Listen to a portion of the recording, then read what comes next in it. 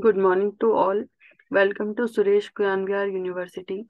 Last class में हमने देखा था कि रिस्क एनालिसिस किस तरह से की जा सकती है।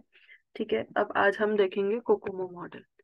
अब कोकोमो मॉडल क्या होता है? ठीक है, अभी तक हमने वेरियस वेरियस मॉडल्स अभी तक भी पढ़े हैं, like waterfall model, spiral model, prototyping model, iterative model, है ना। अब नेक्स्ट इज कोकोमो मॉडल। अब कोकोमो मॉडल क्या होता है?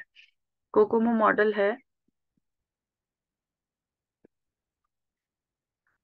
Constructive cost model. ठीक है, Kokomo stands for constructive cost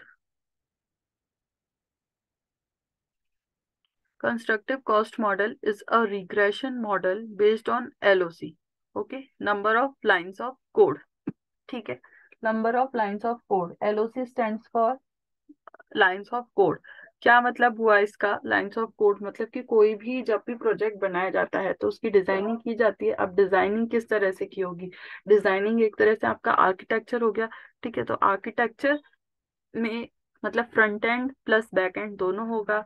coding के बेस पर ही कोई प्रोजेक्ट डेवलप किया जा सकता है या सॉफ्टवेयर बनाया जा सकता है, तो उसमें कितनी नंबर ऑफ लाइंस है। ठीक है, it is a procedural cost estimate model for software projects and is often used as process of reliable predicting the various parameters associated with making a project such as size, effort, cost, time and quality. अब basically Kokomo model में जैसे क्या नाम से ही समझ में आ रहा है कि कंस्ट्रक्टिव कॉस्ट मॉडल, कि किसी भी मॉडल को या किसी भी प्रोजेक्ट को या किसी भी सॉफ्टवेयर को बनाने के लिए, कंस्ट्रक्ट करने के लिए किस किस फॉर्म में कॉस्ट की नीड होगी या किस किस फॉर्म में कॉस्ट को देखा जाएगा। लाइक टाइम कॉस्ट हो गया आपका, मनी वाइज कॉस्ट हो गया आपका, क्या क्या पैरामीटर्स हैं, क्वालिटी वाइज कॉस्टिंग के क्या क्वालिटी कॉस्ट है, तो उसको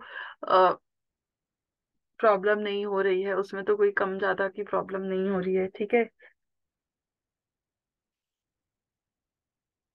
तो ये सारी चीजें इसके अंदर देखी जाएंगी। ठीक है, तो आप एक बार इसको नोट डाउन कर लीजिए अभी यहाँ पर।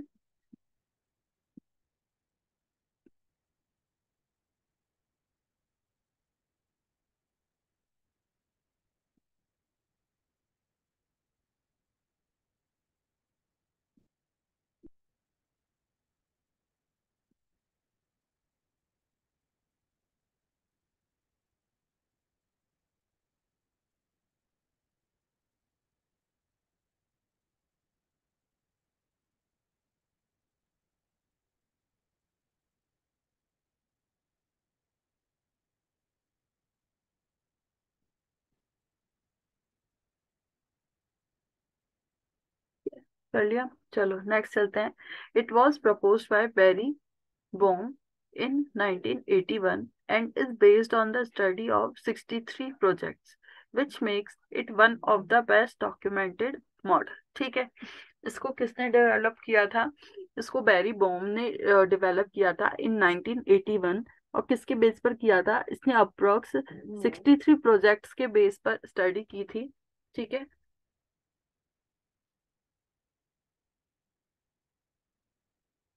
उसके बेस पर इसने अपना मॉडल प्रेजेंट किया था। ठीक है, अब इसके बेसिकली की पैरामीटर्स क्या है? एफर्ट एंड शेड्यूल या स्केड्यूल, ये इसको कई जगह रीड किया जाता है। The key parameters which define the quality of any software product which are also outcome of the COCOMO are primarily effort and schedule. ठीक है, effort, amount of labor that will be required to complete a task. It is measured in person month units. ठीक है, effort को किस तरह से represent किया गया है? Person month units. मतलब कि क्या हो गया कि किसी भी प्रोजेक्ट को बनाने के लिए कितने मेंबर्स की, कितनी लेबर्स की जरूरत पड़ेगी, ये नीड होगी, उसके बेस पर इसको मेजर किया गया है। ठीक है, नेक्स्ट इज शेड्यूल। शेड्यूल के अंदर क्या होगा? Simply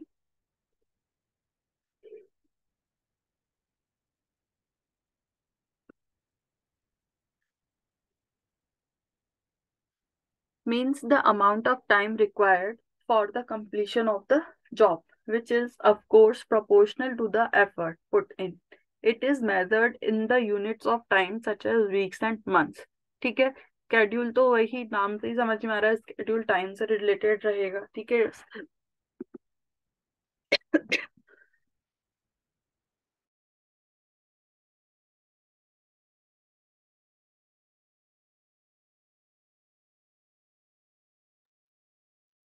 sorry. ठीक है, तो स्केड्यूल में किसके क्या यूनिट्स रहेंगी उसको मेजर करने के लिए, इसके अंदर रहेंगी वीक्स एंड मंथ्स। मतलब दो इसके पैरामीटर्स हैं बेसिकली, एफर्ट एंड शेड्यूल। तो एफर्ट के अंदर क्या रहेगा, पर्सन मंथ, एंड स्केड्यूल के अंदर रहेगा वीक्स एंड मंथ्स। ठीक है, अब different models of COCOMO have been proposed to predict the cost estimation at different levels based on the amount of accuracy and correctness required. अब COCOMO model के भी different different versions या models को propose किया गया है, किसके base पर, कि उसका कॉस्ट एस्टिमेशन करने के लिए कि भाई उसका टाइम कॉस्ट तो ज्यादा नहीं है, ठीक है, प्राइस तो ज्यादा नहीं हो रहा है, या उसकी जो क्वालिटी है तो क्वालिटी से तो कोई छेड़छाड़ नहीं कर रहे हैं। ठीक है, आप एक बार इसको नोट डाउन कर लीजिए।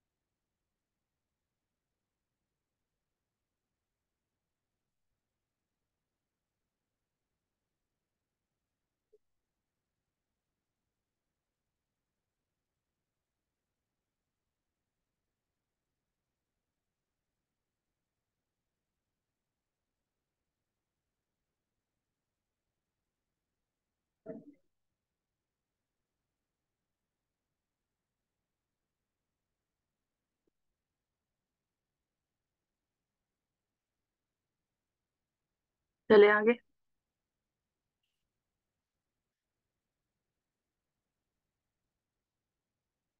All of these models can be applied to a variety of projects whose characteristics determine the value of the constant to be used in subsequent calculations. ठीक है, these characteristics pertaining to different system types are mentioned below. Bohm's definition of organic, semi-detached and embedded system. अब Boehm ने three types इसके अंदर बताए हैं। First is organic, then semi detached and embedded. अब first organic देखते हैं कि a software project is said to be an organic type if the team size required is adequately small. The problem is well understood and has been solved in the past, and also the team members have a nominal experience regarding the problem. Organic का मतलब क्या हुआ? ठीक है, organic का मतलब हो गया कि नेचुरली उस चीज किसी वजह से ऑर्गेनिक होता है ना, कि कोई वेजिटेबल है कि हाँ ये ऑर्गेनिक है, ये वेजिटेबल। ठीक है, तो ऑर्गेनिक का मतलब क्या हो गया कि नेचुरली बनाया गया। ठीक है, तो वही एक तरह से इसमें हो गया कि क्या हो गया, ऑर्गेनिक टाइप का वो सॉफ्टवेयर प्रोजेक्ट कहलाएगा अगर उसकी जो टीम साइज है वो भी स्मॉल रहेगी। ठीक है, अब टीम साइज स्मॉल रहेगी तो ज्यादा प्रॉब्लम नहीं आएंगी। ठीक है, इजीली अंडरस्टैंडेबल रहेगा, कम लोग होंगे तो इजीली अंडरस्टैंडेबल रहेगा कि कहाँ पर किस तरह से किसको प्रॉब्लम आ रही है। ठीक है, साथ ही साथ वो इतने एक्सपीरियंस्ड होने चाहिए, वो पर्सन इतने एक्सपीरियंस हैं जो कि पास्ट एक्सपीरियंस के बेसिस पर जो भी प्रॉब्लम, न्यू प्रॉब्लम्स आ रही हैं उनको ओवरकम कर सके। ठीक है, फिर उसके बाद है सेमी डिटैच। सेमी डिटैच मतलब A software project is said to be semi-detached type if the vital characteristics such as team size, experience, and knowledge of the various programming environment lie in between that of organic and embedded. The projects classified as semi-detached are comparatively less familiar and difficult to develop compared to the organic ones and require more experience and better guidance and creativity. For example, compilers or different embedded systems can be considered of semi-detached type.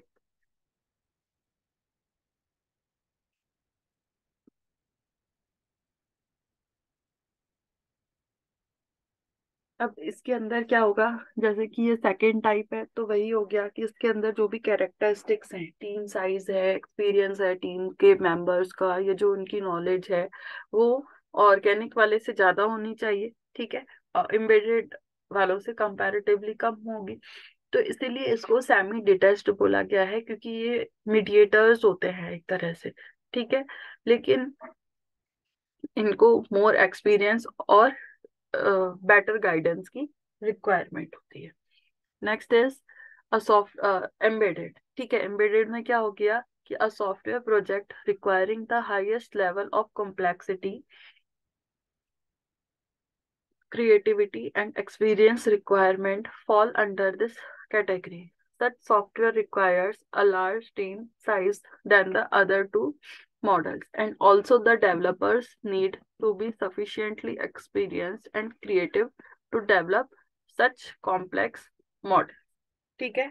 अब इसके अंदर overall क्या बोला गया है कि embedded जो type है इसका, उसके अंदर क्या होना चाहिए, जितने भी वर्कर मेंबर्स हैं, टीम मेंबर्स हैं, ठीक है, मतलब एम्बेडेड नाम से ही समझ में आ रहा है कि अपने आप में एक बहुत बड़ी चीज एम्बेड करना, मतलब कि बनाना रखना, ठीक है। तो जैसे असेंबल बोलते हैं ना, तो उसी तरह से एक हो गया कि एम्बेड के उसके अंदर एक एक चीज बनाई गई है। तो इसके अंदर क्या होगा कि ये थोड़े बड़े लेवल के प्रोजेक्ट्स के लिए होगा, ठीक है, तो बड़े लेवल के लिए होगा तो इसमें टीम मेंबर्स भी ज्यादा की जरूरत होगी। टीम मेंबर्स की ज्यादा जरूरत होगी तो उनका एक्सपीरियंस भी वही कंपेरेटिवली ज्यादा भी होना चाहिए, उनको वर्किंग भी अच्छी होनी चाहिए, और उस प्रीवियस एक्सपीरियंस के बेसिस पर ये लोग अपना न्यू जितना भी वर्किंग है या न्यू प्रॉब्लम है, न्यू रिस्क है, उनको इजीली ओवरकम भी करें, ठीक है।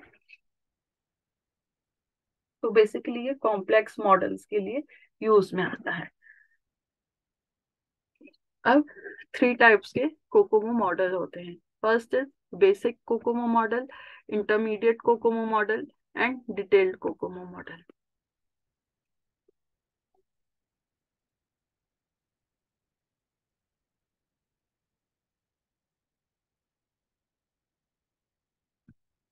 ठीक है, तो फर्स्ट हो गया। आप अच्छा एक बार इसको नोट डाउन कर लीजिए।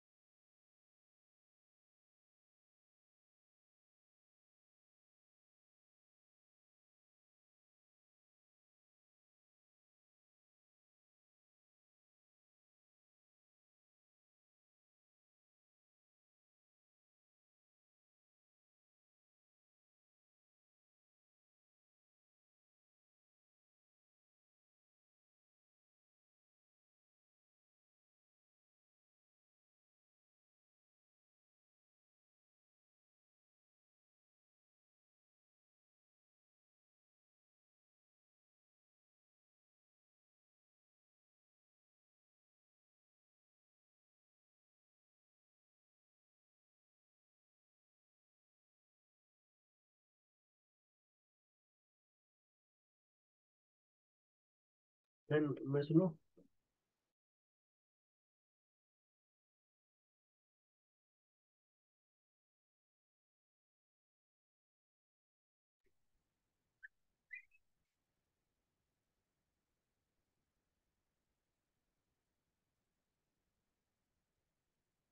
ठीक है, लिख लिया। अब फर्स्ट है बेसिक कोकोमो मॉडल। ठीक है, थोड़ा ये नंबरिंग पे।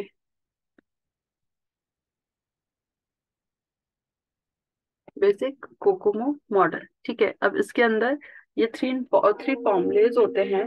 क्या होता है? E is equals to a K L O C raise to power b, time is equals to c effort raise to power d, and person required is equals to effort upon time. ये चीज हम पहले देख चुके हैं कि क्या इसका रेशो होगा, एफर्ट अपॉन टाइम। टाइम मतलब कि स्केड्यूल, ठीक है। पर्सन रिक्वायर्ड, इसके दो पैरामीटर्स हमने देखे थे पहले, एफर्ट एंड टाइम। ठीक है, ये दो पैरामीटर्स हमने देखे थे कि ये दोनों रिक्वायर्ड होती हैं। अब इसके बेसिस पर जो बेसिक कोकोमो मॉडल है वो वर्किंग करेगा। ठीक है, ई आपका डिनोट कर रहा है एफर्ट को, और टाइम के अंदर ये फॉर्मूलेज है। ठीक है, अब the above formula is required for the cost estimation for the basic Kokomo model. ठीक है, कॉस्ट एस्टिमेशन, किस किस की कॉस्ट एस्टिमेशन देख लेते हैं। And also is used in the subsequent models. The constant values a b c and d for the basic model are the different categories of the system. अब क्या है ए B सी? ए B सी आपका models हैं। ठीक है, software project A B C D. ठीक है, ये प्रोजेक्ट्स हैं वेरियस वेरियस आपके। अब उसके बाद organic, semi detached and embedded, ये इनकी वैल्यूज हैं वेरियस वेरियस प्रोजेक्ट्स के लिए। ठीक है, the effort is measured in person months and as evident from the formula is dependent in kilo lines of code. ठीक है, K L O C stands for kilo lines of code. The development time is measured in months. Time को, ये जो time है इसको months में major किया जाएगा। These formulas are used as such in the basic model calculations, as not much consideration of different factors such as reliability, expertise is taken into account. Henceforth, the estimate is rough. ठीक है, अब हम जब भी कोई project बनाते हैं तो हमें तीन चीजों की जरूरत थी, organic, semi detached and embedded. ठीक है, अब इसमें क्या बेसिक पैरामीटर्स को वो फॉलो कर रहे थे कि कितने लोगों की जरूरत रहेगी, और वो कितने रिलायबल हैं, उनको कितना, वो कितने एक्सपीरियंस्ड हैं। ठीक है, वो कितने एक्सपर्टाइज है उनको किसी भी फील्ड में, तो ये इसके बारे में नहीं पता चल रहा था। इससे सिर्फ टाइम और एफर्ट ही पता चल रहे थे, मतलब कि उनका वर्किंग ही पता चल रहा था, टाइम ही पता चल रहा था, और एक्स्ट्रा पैरामीटर्स के बारे में नहीं पता चल रहा था। तो ये एस्टिमेशन क्या होगा, हो गया, रफ हो गया। ठीक है, अब सेकंड है इंटरमीडिएट मॉडल। अब इंटरमीडिएट मॉडल के अंदर क्या होगा, इससे पहले आप एक बार इसको नोट कर लो।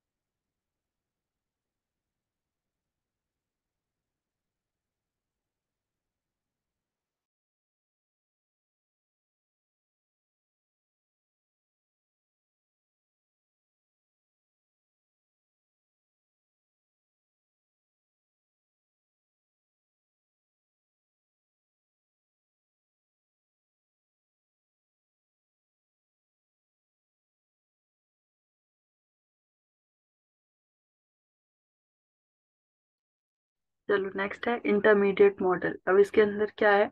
The basic COCOMO model assumes that the effort is only a function of the number of lines of code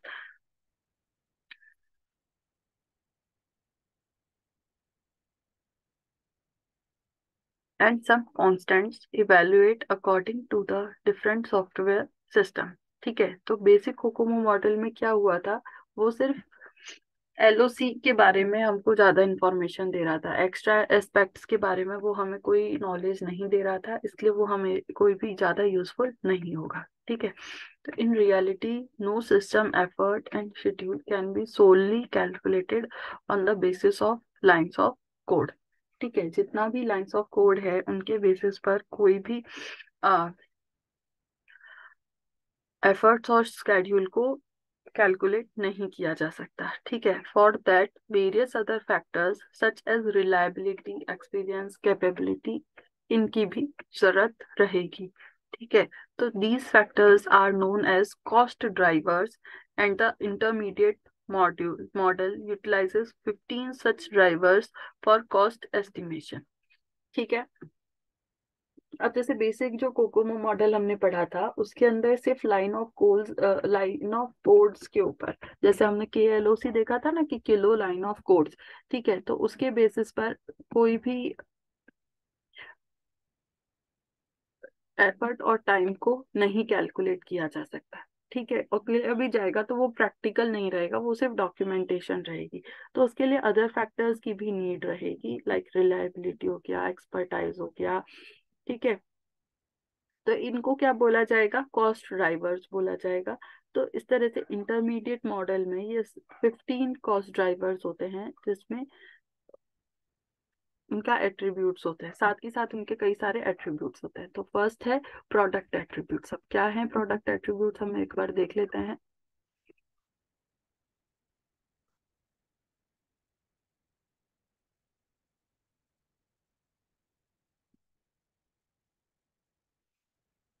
product attributes हैं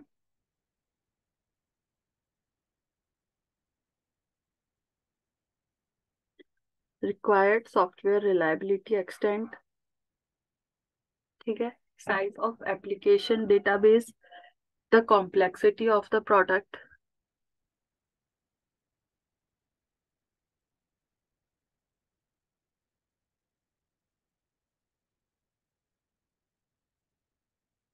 एक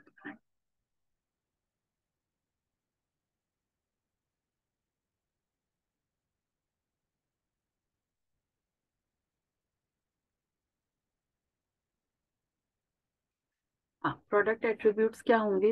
required software reliability extent, size of application database, the complexity of the product. अच्छा, इनको एक बार हम लोग देख भी लेते हैं कि क्या हो गया इसके अंदर।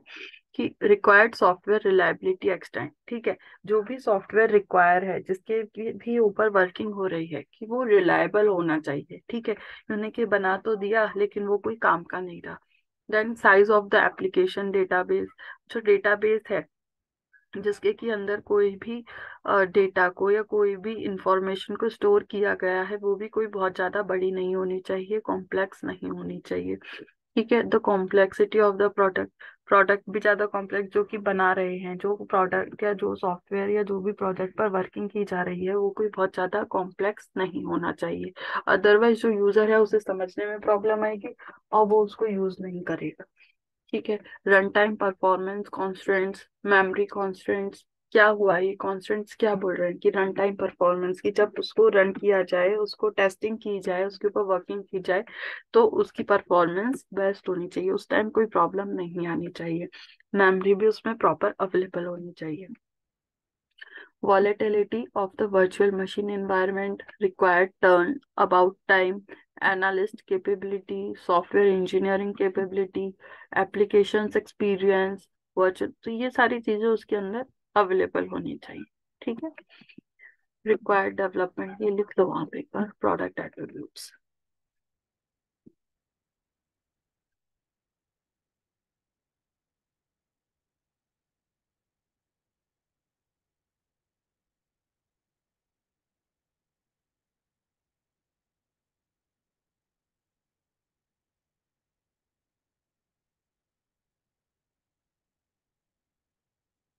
जैसे इसमें है प्रोग्रामिंग लैंग्वेज एक्सपीरियंस। तो प्रोग्रामिंग लैंग्वेज एक्सपीरियंस क्या होगा कि जो भी इसमें प्रोग्रामिंग, जैसे किसी भी प्रोजेक्ट को बनाते वक्त जो भी प्रोग्रामिंग लैंग्वेज यूज में ले रहे हैं, तो उसके बारे में बनाने वाले को या जितने भी मेंबर्स हैं उनको एक्सपीरियंस होना चाहिए, उन्हें प्रॉपर उसके बारे में नॉलेज होनी चाहिए, वो उसके पहले वर्क किया हुआ होना चाहिए, जिससे क्या कोई भी न्यू प्रॉब्लम आती है, कोई रिस्क आती है, तो वो उसको मैनेज कर सके अपने पास एक्सपीरियंस के बेस। ऐसे यूज ऑफ सॉफ्टवेयर टूल्स, अब जैसे डीबीएमएस के लिए माइस्क्यूएल वगैरह कई सारे सॉफ्टवेयर आते हैं, ठीक है। तो डेटाबेस को मैनेज करते वक्त उनको वो सॉफ्टवेयर यूज में आना चाहिए, उसके डिफरेंट डिफरेंट टूल्स के ऊपर वर्किंग करनी आनी चाहिए। ओके, इसी तरह से application of software engineering method. अब जैसे इसमें कई सारी चीजें और भी होती हैं, लाइक हमने देखा डीएफटी, देखा यूएमएल, देखा डीएफटी क्या होता है, डेटा फ्लो डायग्राम, ठीक है। यूएमएल क्या हो गया, यूएमएल हो गया आपका यूज केस वगैरह के डायग्राम जो हमने उसमें देखे थे, ठीक है।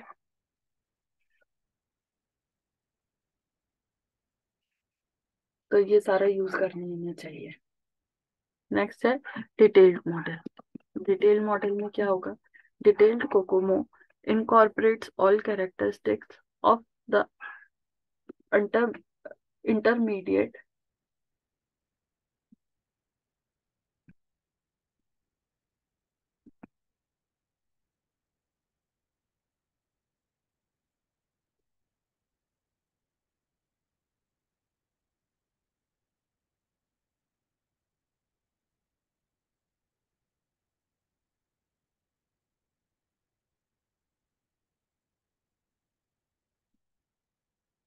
Detailed COCOMO incorporates all characteristics of the intermediate version with an assessment of the cost drivers, impact of each step of the software engineering process. ठीक है। The detailed model uses different effort multipliers for each cost driver attribute. In detailed COCOMO, the whole software is divided into different modules, and then we apply COCOMO in different modules to estimate effort and then sum the effort. The six phases of detailed COCOMO are planning and requirements, system design, detailed design, module code and test, integration and test, and cost constructive model. ठीक है। Detail model के अंदर क्या होगा कि जितना भी आपका एक बड़ा सॉफ्टवेयर है उसको डिफरेंट डिफरेंट मॉड्यूल्स में, मतलब छोटे छोटे पार्ट्स में डिवाइड किया गया, और फिर उसके ऊपर कोकोमो, कोकोमो का क्या मतलब है, लाइंस ऑफ कोड के बेसिस पे इसमें सारी वर्किंग हुई है, तो उसके बेसिस पे सारी वर्किंग की जाती है, और फिर उसके बाद में लास्ट में सबको जोड़ दिया जाता है, सम अप कर दिया जाता है। अब इसके कोकोमो के वेरियस वेरियस फेजेस क्या होंगे, planning and requirement, then is system design, then detail design, module cost and test, integration and test, and cost constructive model, ठीक है। स्टार्टिंग का फर्स्ट है प्लानिंग एंड रिक्वायरमेंट्स। ये तो सभी में सेम ही है कि फर्स्ट रिक्वायरमेंट जो भी प्रोजेक्ट है उसकी क्या रिक्वायरमेंट है, यूजर से सारी रिक्वायरमेंट्स ली जाती हैं, देन उन पे एनालिसिस एंड प्लानिंग की जाती है, ठीक है। फिर इसके सिस्टम का डिजाइन किया जाता है।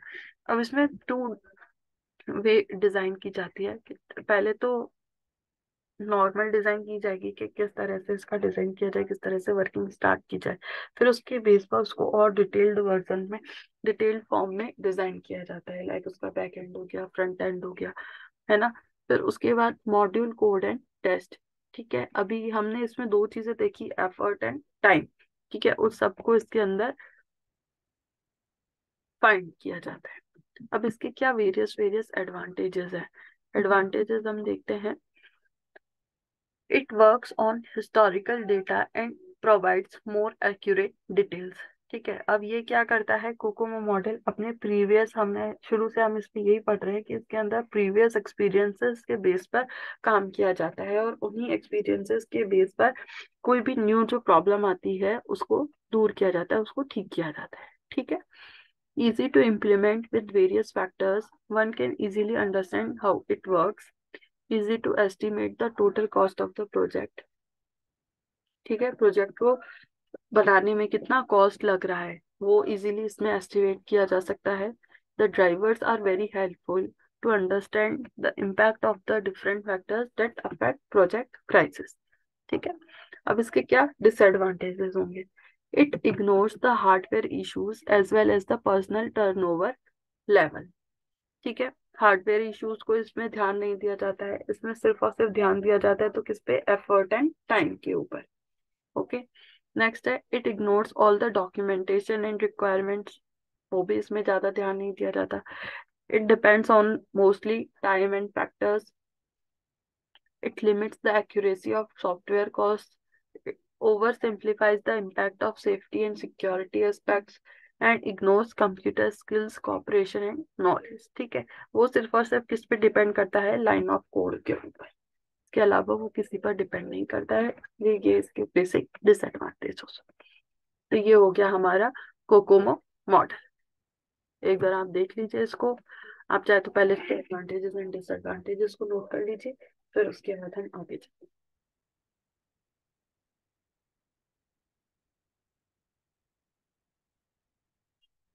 कोकोमो मॉडल काफी इंपॉर्टेंट है, ये आता है एग्जाम में। ठीक है,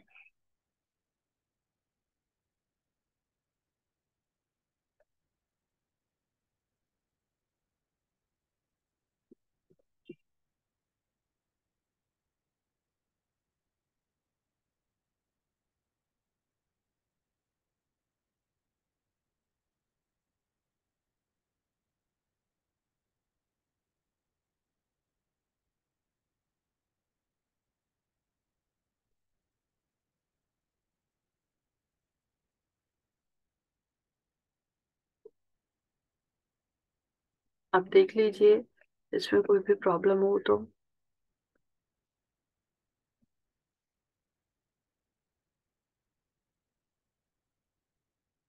ओके, थैंक यू।